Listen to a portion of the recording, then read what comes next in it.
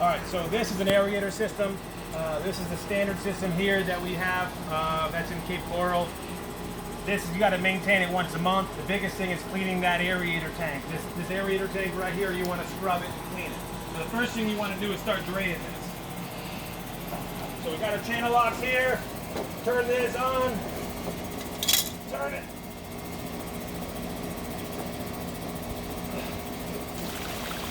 Drain it down. Alright, take a look inside of here. Lots of frogs. Big frog right there. These types of systems, frogs grew in here all the time.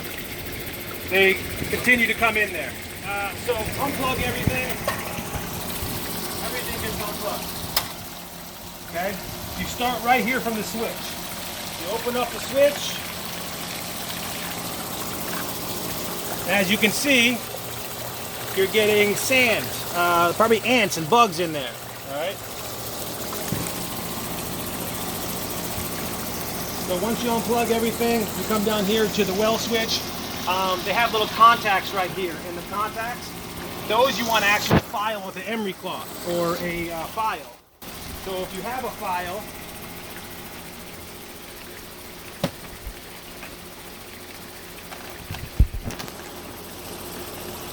pause it. All right, so we got our file right here. This, you want to file your switches. If you do this, this will actually make your pressure switch last longer. The black char marks, if you can see them on there, that's from the contacts going back and forth all the time on arcing. So if you just do this on a regular basis, this will actually keep your switch from shorting out. Ants getting here, they love the electricity. As you can see, they're getting themselves in here. You can also even put some silicone in there to prevent them from coming, because they will come from under the ground and through the tube. Okay. Next you want to check your pressure tank. So we want to undo the pressure tank here. Make sure it's empty. It's not, so we want to drain it down. And there's a couple different ways to drain it down. There's a way to drain it down. Open up the solenoid valve, open up the hose bib, and the water, as soon as the water stops, then we can check the pressure tank. Alright?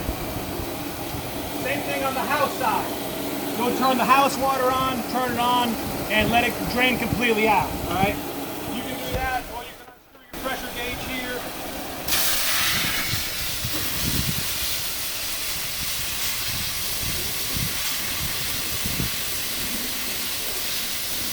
Works a little faster. Cools you down in this hot sun. So the aerator's done draining itself out for the most part. So when that's drained out, what you want to do is you want to spray it with some chlorine, scrub it. And that'll kill any bacteria, keep the frogs out, things like that. Now, we want to shake these. Since the water stopped on the well, and the water stopped on the house. Shake these tanks like this. What you're looking for is you want them to be completely empty. You don't want them to have any water in them at this point. All right? So, your pressure tanks, you want to get your pressure gauge, and you want to make sure they're at 38 psi. Now it's very important for you to drain it down first before you check the pressure, because you're going to get true air pressure, not water pressure. If you just come up to here without opening up the hose bib, and you come up here and you put this on, you're going to get the same amount of pressure as you are at that pressure gauge, because you're getting water pressure. So make sure you drain it down. Right now these got 18, 17 pounds of air in them. That's not good. We want 38, so we're going to air that up. Very simple. Put your air gauge or air compressor right on here, fill it up. This one's at 20. This one's also low. We want to raise this one up to 38. All right. So the switch we filed, we checked both tanks. Now we're going to check this switch here. And as you can see, they got little holes here. All these little holes, if they're not filled up, they will allow frogs and lizards, all sorts of stuff inside. This is the house switch. This controls the pump that's inside. All right. So this you also want to file, but when they start getting rusty on the switch like that and on the spring, that'll cause that switch to get stuck on and build more pressure. It actually could make your pump go bad. So any signs of rust, you want to make sure you replace the switch. All right. So go ahead and pause that. So this is just a chlorine sprayer. We're going to spray some chlorine inside here. The chlorine will kill bacteria, prevent any algae growth. So once we go ahead and spray all this down, we'll then clean it.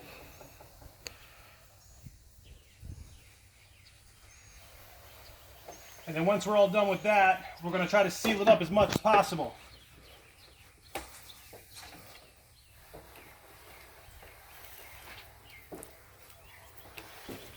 A lot of times it's dirty around the lid. Let's go ahead and spray around like this.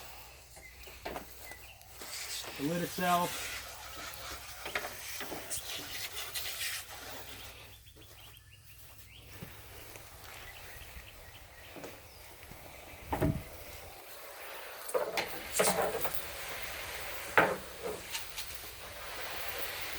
Okay, let that sit for a few minutes. We'll go ahead and get our file again, and we're going to file the other switch. Pause it. So we got our file again. You can see these contacts. They're starting to get the black char marks on here, right here, black. So we want to file that. Once we file that, it won't have the black on there anymore, which again will make your switch last longer. It'll stop it from, you know, going out on a holiday, on a weekend, after hours, something as simple as that.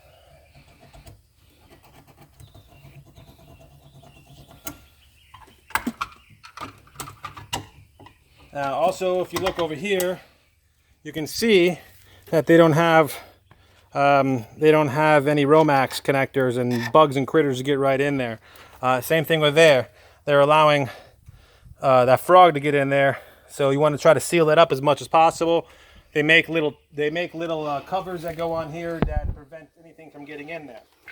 So now, once that chlorine has sat for a little while, you want to go ahead. First, make sure you air up your pressure tank. You want to do that before you plug in the well pump. So put your compressor on there, fill it to that 38 psi. Once that's done, we'll go ahead and do that later. Once that's done, plug in your well pump.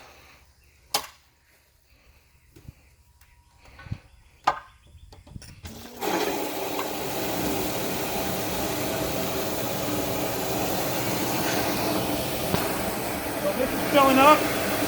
As it's filling, come over here and just kind of scrub it out.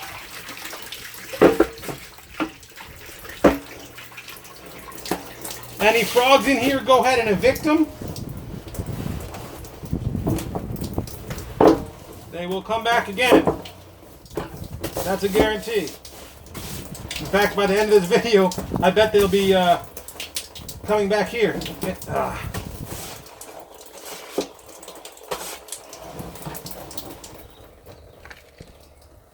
Alright, so we got rid of the frogs. We're going to clean this tank here. Give a good scrub in on all the sides. Okay,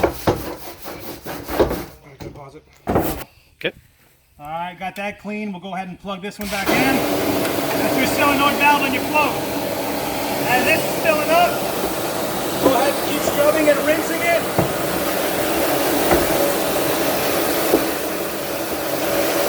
And then we'll go ahead and put the cap back on the bottom. Pause it. Wait. So you actually wrap some Teflon on the bottom of this tank here. That'll prevent it from leaking.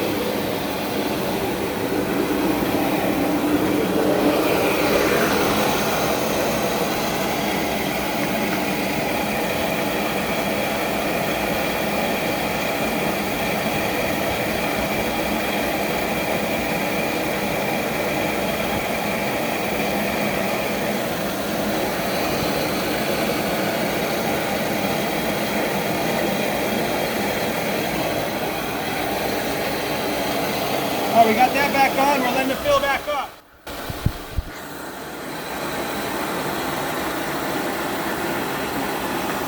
All right, here's a salt bridge. All right, you can tell because they got holes at the top right here. So it's a salt bridge. All right, right here is hollow. Bottom of that salt tank is hollow. Here is hard, hollow. That's from the humidity. That'll do that sometimes.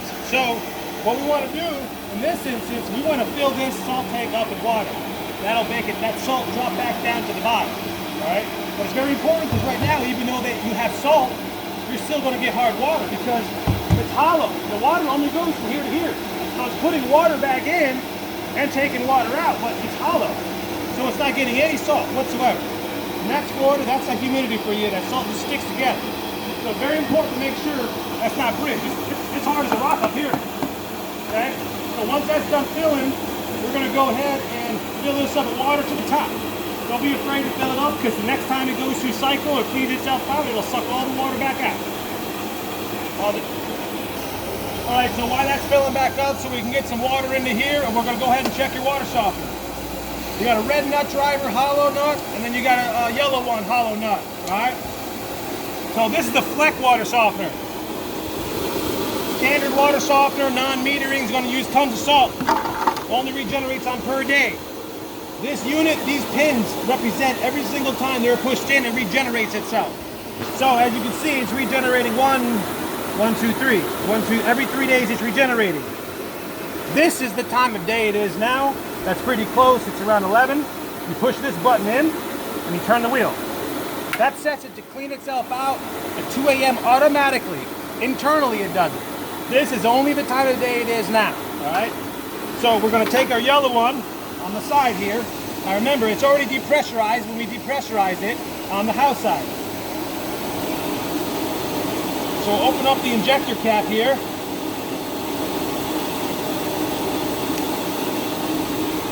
This one doesn't have a screen. There's a screen that's supposed to go in there to protect the injector. All right, so we're going to have to figure out why they don't have a screen.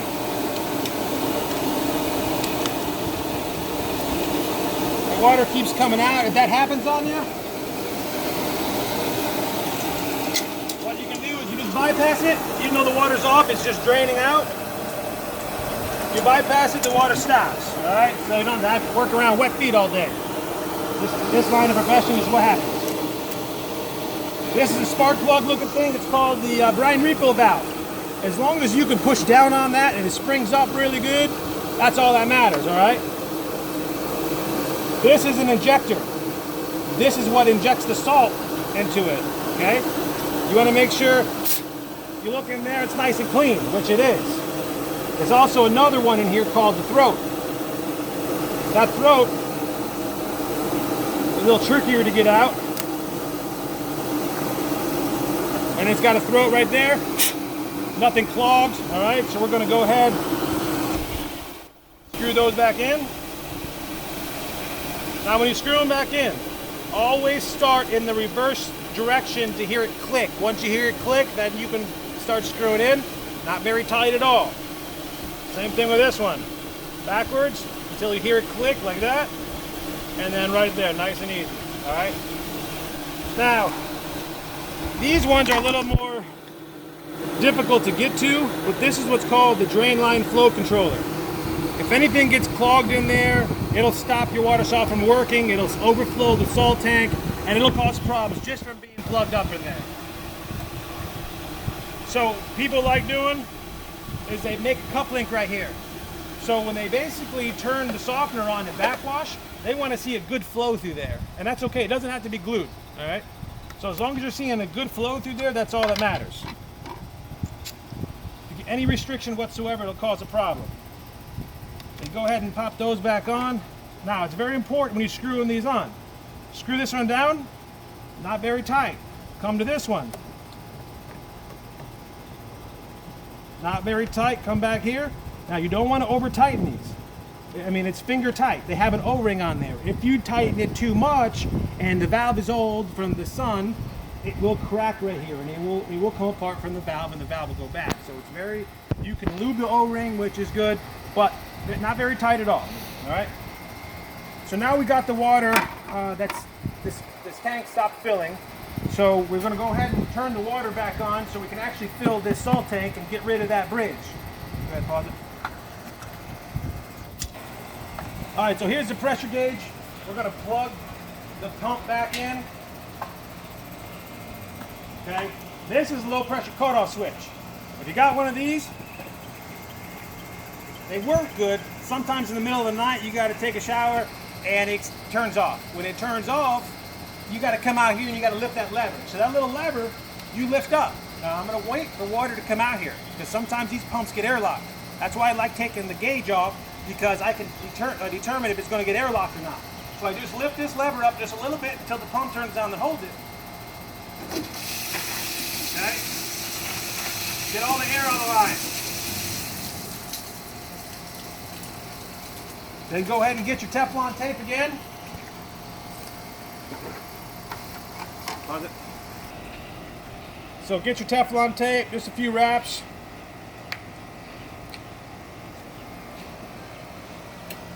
Screw it in, but not too tight, because you will crack the fitting.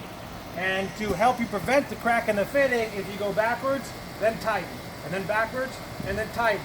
It'll get it a little tight, but it won't crack it as near as bad, or as fast. Okay? So now we can turn the water onto the house. You lift this lever. As you hold the lever, you can let go of it. If you let go of it and it stops, you got to hold it longer. Sometimes you can hold these things for 5 seconds. Sometimes it takes a good 30 or 40 seconds. So we'll hold that. If this pressure gauge is working, we can see it building pressure right now. So I let go, and it's holding pressure, all right? So when it builds pressure to where it needs to build, it's going to shut off.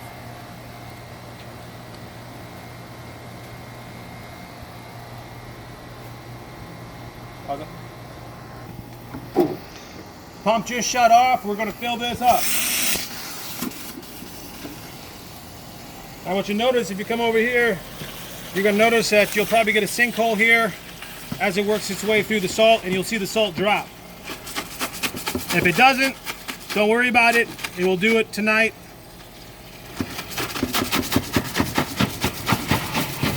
See that?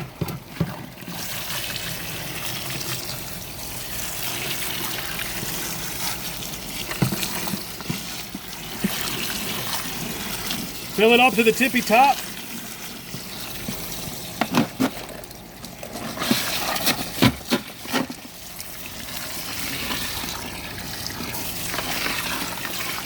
There. Now by tonight, it'll all drop back down, and you'll start having soft water again.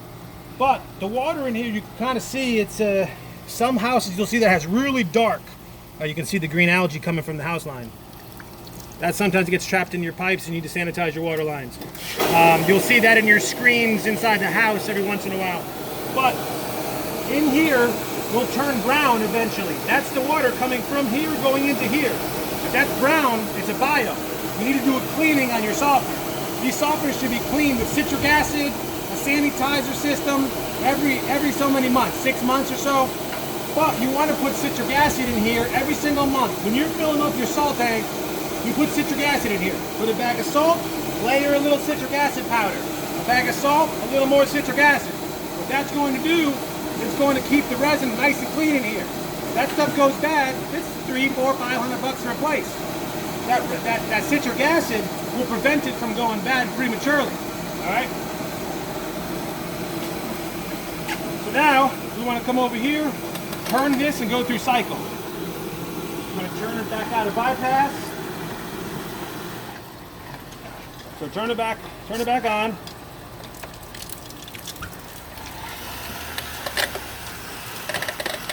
Okay, so that's backwash.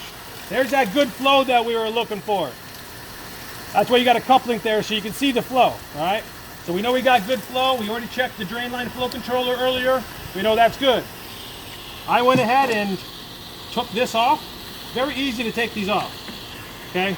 You push in this little collar, push it in, pull it out, okay? Very easy. When this goes to brine rinse, it's going to start sucking from here, okay? It's sucking. We know we got good suction. We know the softener is working and it's pulling in suction, okay? We're going to put this back on. And now this is actually going to start drawing this in. I'll pause it. All right, these are bio sticks. They go in a basket right inside here. Come over here. They have a little spray nozzle that goes on it. So when this flow goes down, it sprays here. I don't know why they got it cut here. That'll cause a problem. All right? You only want the spray nozzle on here. So we're going to put that in there like that and make sure the water level doesn't go above there. Now what that's going to do is anytime that turns on, it's going to help keep this tank nice and clean. It'll help with sulfur smell. It'll help with bacteria. Really doesn't help with frogs as we saw. So if you're trying to cover up these holes right here, they make these little caps right here that you can put on. But holes like this, you put some duct tape on there and go ahead and put some silicone on there, and then it'll dry. All right. So that'll take care of that. We'll put another one of these caps over there on this side, and we'll seal it up and try to prevent the frogs and keep them evicted over there because they don't pay any rent. That's about it. One last thing that we could do. You want to check the pressure and increase and decrease in the house. You want to see if there's any pressure increase or decrease in the fluctuation of the water softener. So what we'll come over here, we'll turn the hose on.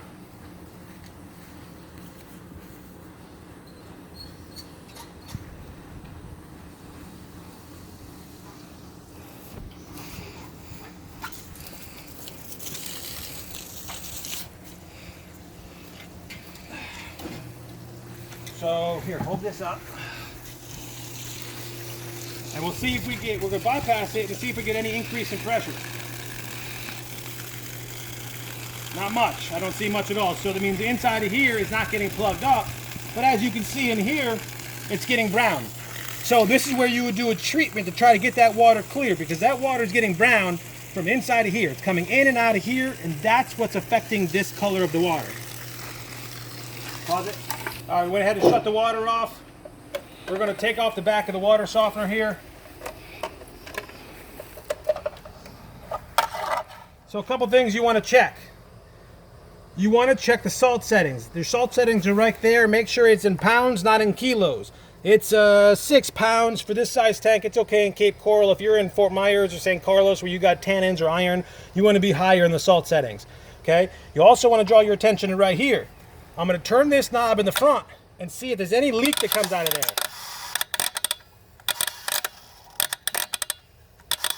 Don't really see much. Okay. Sometimes it'll leak. If it leaks, you need new pistons and seals. Okay. You got a timer right here. That's your timer. That timer, as long as it's spinning, which it's not because it's not plugged in.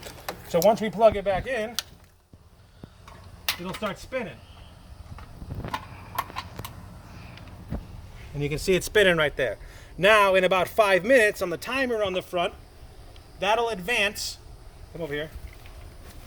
The timer in the front right there is at 11. In about 5 minutes, it'll start advancing like that. Okay, so you'll see it advance. One other thing is these outlets. These things are the biggest culprit for this tank not filling. So if you take your hand and wiggle the outlet like this, and you see any gap, water gets in there from the rain in the summertime, your sprinklers, anything. And basically, it's going to get moisture back there, and it's going to cause your GFI to pop. Okay? If that GFI, well, there's not one here.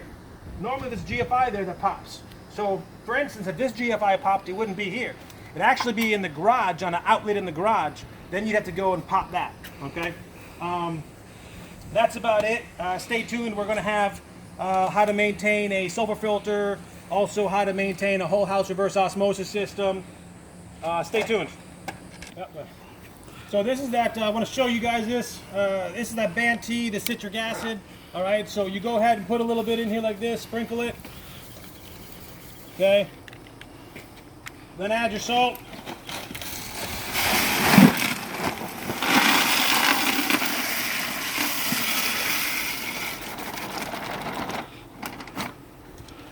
And then you put this, and then another bag of salt. This is what's going to keep your resin nice and clean. All right. Have a good one.